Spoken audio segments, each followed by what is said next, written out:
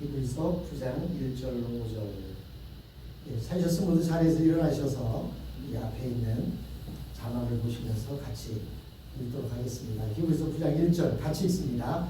첫 번째 언약에도 예배 규정과 세상에 속한 성소가 마련되어 있었습니다.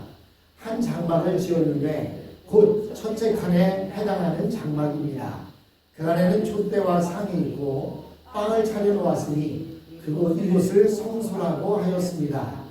그리고 둘째 휘장 뒤에는 지성소라고 하는 장막이 있었습니다. 거기에는 금으로 만든 분향 제단과 온통 금으로 입힌 언약궤가 있고 그 안에는 만나를 담은 금 항아리와 싹이난 아론의 지팡이와 언약을 새긴 두 돌판이 들어 있었습니다. 그리고 그 언약궤 위에는 영광에 빛나는 그릇들이 있어서 속죄판을 그 날개로 내리덮고 있었습니다. 지금은 이것들을 자세히 말할 때가 아닙니다.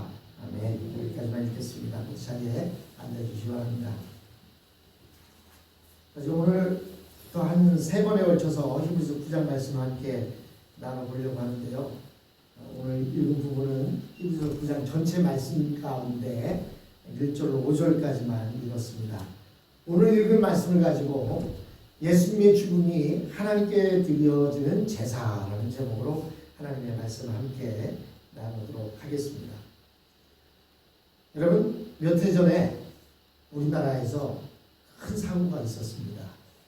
인천을 출발해서 제주도로 가는 세월호라고 하는 배가 침몰하는 그런 사건이 있었습니다. 이렇게 많은 사람들이 죽게 되었을 때 대개는 그 유족들의 슬픔과 분노를 가라앉히기 위해서 보상을 하게 됩니다. 그러나 국가적인 일에 국가를 대표해서 나가서 전쟁터에 나가서 전사를 했다든지 할 때 이 군인들에게는 보상보다 더한 것이 있는데 그것이 뭐냐면 그렇게 나라를 위해서 죽은 자들에게 최고의 명예를 돌리면서 그들에게 훈장과 그리고 그들에게 그 죽음을 기릴 수 있는 그런 묘역을 만들어주는 것을 볼 수가 있습니다. 똑같은 죽음인데도 불구하고 어떤 죽음에 대해서는 그 유족의 슬픔을 달래면서 위로하기 위해서 보상을 하는 경우가 있고 어떤 죽음에 대해서는 보상보다는 그들을 기리기 위해서 훈장을 수여한다든지 또는 국립묘지에 안장을 함으로 인해서 그들의 죽음을 숭고한 죽음을 기리는 것을 볼 수가 있습니다. 그래서 대표적인 모든 나라의 국가의 원수들이 그 나라를 방문하게 될 때 제일 먼저 하는 일이 뭐냐면 그런 무명용사의 묘역에 가서 조화를 드리고 분향을 하고 묵념을 하는 그런 모습을 볼 수가 있습니다. 그것은 그들의 헌신에 대해서 그 나라의 최고의 예우를 갖춰서 이렇게 존경을 표시하는 것을 보게 됩니다. 같은 죽음에도 이렇게 다른 모습들이 주어진 것을 볼 수가 있습니다. 여러분, 우리는 어려서부터 한국에서 제사라는 것을 지내면서 살아왔었습니다. 혹시 집에서 제사 지내는 분 계세요? 네, 보통은 제사를 많이 지냈을 거예요. 물론 저도 믿음의 가정에서 자랐기 때문에 제사를 거의 지내본 적이 없고 우리 아버지가 장남임에도 불구하고 제사를 안 지내니까 다른 분들이 제사를 가져가서 지내주는 그런 일들이 있었습니다. 우리는 보통 제사라고 하는 그 개념을 사용할 때 제사를 하면서 많은 복을 주신 신이나 조상들에게 감사하고 또 앞으로 많은 복을 줄 것을 기대하면서 제사를 사용합니다. 그래서 우리 옛 어른들은 새벽마다 정한수를 떼어놓고 그 정한수에 무릎을 꿇고 앉아서 손을 비비면서 비나이다 비나이다 누구에게 비나이다. 우리 아들 잘 되게 하시고 우리 누구 예. 그러나 우리가 보고 있는 이 이스라엘 백성들이 해야 했던 제사의 개념은 우리가 생각하는 그 제사의 개념과 전혀 달랐습니다. 이스라엘 백성들의 제사는 인간이 하나님의 거룩함을 훼손한 죄에 대한 하나님의 진노를 잠재우는 의미였습니다. 보통 우리가 어릴 때 그 유교적인 바탕 안에서 드렸던 제사는 복을 달라는, 잘되게 해달라는 그런 제사였지만 이스라엘 백성들이 하나님 앞에 드리는 제사는 하나님의 거룩함을 훼손한 그 죄에 대해서 이 죄를 용서해 주십시오라고 하는 의미로 제사를 드렸습니다. 즉 이스라엘 백성들이 바쳤던 제사는 인간의 죄에 대한 하나님의 진노를 전제로 하고 어떻게 하면 인간의 죄에 대해 진노하시는 그 하나님의 그 감정을 억누러뜨릴 수 있을까라고 하는 것이 제사의 주된 목적이었습니다. 그래서 제사를 하나님이 원하신 대로 바르게 잘 제사를 드리면 하나님의 진노가 잠잠해지고 그로 인해서 한 해 동안 거룩하게 살아갈 수가 있는 것이고, 그 제사를 잘못 드리면 하나님의 진노에 의해서 제사를 드리는 자가 그 자리에서 죽어버리는, 그리고 백성들의 죄가 용서가 되지 않는 그러한 일들이 있었습니다. 오늘 우리가 보고자 하는 히브리서 9장은 예수님이 드린 그 제사에 대한 얘기가 나오고 있습니다. 히브리서는 오늘 본문에서 예수님의 죽으심이 우리의 죄를 대속하는 희생의 제사였다는 것을 구약 제사 제도와 그리고 구약의 언약을 통해서 증명하려고 하고 있습니다. 우리는 이 말씀이 히브리서에서 가장 중요한 핵심에 해당되는 클라이막스인 것을 볼 수가 있습니다. 클라이맥스입니다. 즉 히브리서 9장이 히브리서 전체의 내용을 집약하고 있고, 또한 예수님께서 자신의 몸으로 제사를 드렸다는데 자신의 몸으로 제사를 드렸다고 하는 것이 무엇을 의미하는지를 이 히브리서 9장의 그 구약의 제사와 구약의 언약의 말씀을 통해서 그것을 증명하고 있는 것입니다.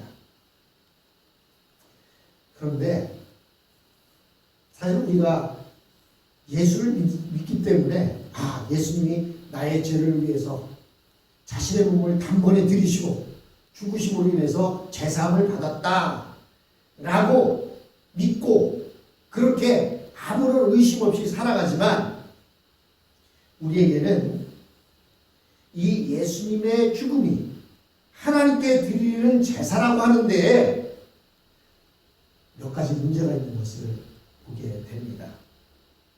우선 생각나는 대로 의문을 제시하면 첫째 의문은 예수님이 이 세상에 살면서 단 한 번도 제사를 드린 적이 없다는 사실입니다. 사도행서 어디를 봐도 예수님이 제사를 드리셨다, 제사의 역할을 감당했다 라고 하는 이야기가 등장하지 않습니다. 만약 예수님이 제사의 신분을 가지고 늘 제사를 드리시던 분이었다면 그가 죽으면서 자신의 죽음을 제사의 의미로 받아달라고 했다면 조금은 이해가 될 것입니다. 그런데 예수님은 제사장도 아니고 제사를 한 번도 드려본 적이 없는 분이라는 사실입니다. 이렇게 제사를 한 번도 드려본 적이 없는 분이 어떻게 자신의 몸을 단번에 제사로 드렸다고 말할 수 있느냐라고 하는 그런 의문을 가질 수가 있습니다. 두 번째 의문은 어떻게 하나님께서는 예수님의 죽음을 제사로 받으실 수 있을까라고 하는 의문입니다. 보면 하나님께서 이방인의 제사 중에서 가장 싫어하는 제사가 뭐였습니까? 그것은 자기의 자식이나 사람을 제물로 드리는 것이었습니다. 즉 인신 제사를 하나님이 가장 미워하셨고 가장 싫어하셨습니다. 사람을 죽여 제물로 바치는 것은 가장 야만적이고 그리고 미개한 것이었습니다. 그런데 그렇게 인신 제사를 드리는 것을 가장 싫어하고 지루하셨던 그 하나님께서 사람을 죽이는 제사를 받으실 수 있을까? 라고 하는 의문을 가질 수가 있습니다. 그리고 세 번째 의문은 예수님을 십자가에 못 박아서 죽게 했던 유대의 지도자들이나 그리고 로마의 군인들 중에서 자기들이 한 행위가 하나님께 바쳐지는 제사다라고 하는 인식을 가진 사람은 아무도 없었습니다. 그래서 예수님께서도 십자가상에서 저들을 용서해달라고, 저들은 자기가 무슨 일을 하고 있는지 알지 못합니다 라고 하시면서 저들을 용서해달라고 기도하는 장면을 볼 수가 있습니다. 사실 유대 지도자들이나 로마 군인들은 예수님을 죽이면서 그것을 엄숙하고 진지한 것으로 받아들이는 것이 아니라 조롱했습니다. 그리고 십자가에서 내려와 보라고 말합니다. 또한 로마 군인들은 예수님의 옷을 나누기 위해서 제비를 뽑고 그것에 온통 마음이 쏠려 있는 것을 볼 수 있습니다. 그런데 어떻게 이것이 모든 인간의 죄를 대속하는 희생의 제사가 될 수 있었겠습니까? 오늘 우리가 읽은 히브리서 9장에 있어서 가장 어려운 부분이 바로 여기에 있습니다. 유대인들과 로마 군인들은 예수님이 누구신지도 모르고 그냥 시기하고 미워해 죽였었는데 알고 보니 그가 하나님의 아들이었더라 라고 하는 것입니다. 어떤 의미에서 예수님의 죽음은 하나님의 아들이 이 세상에 와서 하나님의 말씀을 전하고 병자를 치료하다가 인간들에게 붙들려 죽으신 것입니다. 어떻게 이것이 우리의 모든 죄를 대속하는 희생의 제사가 될 수 있느냐 하는 것입니다. 여러분 사실 십자가는요 우리 인간의 입장에서 보면 구제불능의 죄이고 더 이상 소망이 없는 죄입니다. 여러분 인간의 생명은 똑같이 존엄합니다. 아무리 가난한 자의 자식을 죽이거나 부유한 자식을 죽이거나 사람을 죽이는 것은 씻을 수 없는 죄입니다. 그러나 하나님의 아들을 죽였다라고 한다면 그것에는 먼저 심각한 문제가 있음을 볼 수가 있습니다. 우주 만물을 말씀으로 창조하신 그 하나님, 그 하나님의 아들을 죽였다. 여러분 종종 전쟁이 일어날 때 무엇 때문에 전쟁이 일어납니까? 자기네 백성 한 명, 물론 미국의 백성 한 명이 다른 어디에 가서 문제가 일어나거나 죽임을 당하면 그냥 봐주지 않지 않습니까? 그래서 지난번 이란이 대사관을 습격하고 했다는 그것으로 인해서 이란의 군사령관을 추격해서 죽이는 그러한 일도 있었습니다. 사실 사람을 죽인 것도 문제이긴 하지만 하나님의 아들을 죽였다. 한번 생각해 보십시오. 그것도 인간을 돕기 위해서, 인간의 죄를 용서하기 위해서 오신 하나님의 아들을 가장 가장 끔찍한 방법으로 처형해 죽여버렸습니다. 그렇기 때문에 예수님이 달리신 그 십자가는 인간에 있어서는 구제불능의 죄이고 또 더 이상 소망이 없는 죄입니다. 이제 우리는 하나님이 우리에게 어떤 진노를 내려도 한마디 없는 그런 존재들이 되어버렸습니다. 그래서 인간의 입장에서는 십자가가 하나님에 대한 전쟁의 선포이고 최악의 발악이며 반역이며 또한 모든 인간이 영원히 저주의 심판을 면할 수 없는 죄였습니다. 왜 그래요? 하나님의 아들이기 때문에 그렇습니다. 만약에 대통령의 아들이 다른 나라 누구에 의해서 죽임을 당했다고 생각해 보십시오. 난리 나는 거 아닙니까? 근데 하나님의 아들을 가장 무모한 방법으로 그리고 가장 저주스러운 방법으로 십자가에 매달아 죽였습니다. 그런데 가장 놀라운 것은 하나님의 구원은 인간의 가장 절망적인 죄악에서 이루어지게 되었습니다. 인간은 예수님을 너무 똑똑한 척한다, 건방지다, 주인 없는 개를 몽둥이로 패서 잡듯이 이렇게 예수님을 죽여버렸지만 하나님께서는 인간이 행한 이 행위를 보지 아니하시고 사랑하는 아들이 행한 것을 보셨습니다.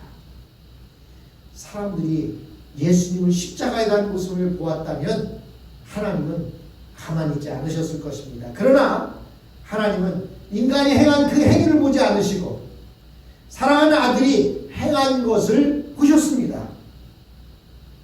하나님께는 십자가가 인간의 최고의 악질적 반역이었지만 오히려 우리 죄를 대신하시는 아들의 제사로 받아들이셨다는 것입니다. 오늘 히브리서 저자는 예수님의 죽음이 단순히 유대인들과 로마인들이 합작한 개인에 대한 살인이나 처형이 아니라 모든 인간의 죄를 대신하는 희생의 제사였다는 것을 증명하려고 하고 있습니다. 히브리서 저자가 이것을 밝히는 데는 인간이 모르는 많은 사실이 있다는 것입니다. 지금까지 이스라엘 백성들은 구약의 그 제사 제도와 그리고 하나님의 언약의 말씀이 그냥 자신들의 죄를 위해서 하나님이 주신 말씀으로만 받아들였지, 그것이 하나님의 아들 예수님이 이 땅에 오셔서 드려지는 죽음을 상징하고 있다는 사실을 그들은 알지 못했습니다. 그래서 구약의 그 제사 제도를 지키면서도 그들은 하나님의 아들 예수님이 오신 것을 깨닫지 못했던 것입니다. 오늘날에도 많은 사람들이 예수님을 믿는다고 하고 교회를 다니고 또 신앙생활을 열심히 합니다. 하지만 우리 가운데는 아직도 왜 하나님께서 우리에게 이런 말씀을 주시는지, 그리고 왜 하나님이 우리를 이처럼 사랑하시는지 잘 알지 못합니다. 사실 하나님이 왜 이 세상을 이처럼 사랑하십니까? 바로 아들 예수 그리스도께서 자신을 죽음으로 내몰면까지 사랑해 주셨기 때문에 사랑하는 것입니다. 내 아들이 저 사람들을 대신해서 십자가에 달려 죽으셨기 때문에, 아들의 핏값이기 때문에 하나님은 우리를 사랑하시는 것입니다. 예수 그리스도가 없다면 우리는 아무것도 아닙니다. 우리는 그냥 죄인에 불과하고 죄를 지을 때마다 그때그때 제사를 드려야 하는 그런 존재에 불과했습니다. 그러나 아들 예수 그리스도께서 이 땅에 오셔서 나를 사랑하셔서 십자가 달려 죽기까지 사랑해 주시고 죽으심으로 우리의 죄를 사해 주시고 부활하셔서 지금도 하늘 보좌에 앉으셔서 당신이 핏값으로 사신 인간들의 그를 사랑하는 자들의 구원과 그리고 그들의 모든 필요를 위해서 지금도 기도하고 계시다는 사실입니다. 히브리서 9장은 그것을 여러분들에게 말씀하며 우리로 하여금 예수 그리스도의 제사가 어떤 의미가 있는지를 우리에게 말씀해주고 있습니다. 이어서 다음 주에 나머지 부분을 함께 나누도록 하겠습니다.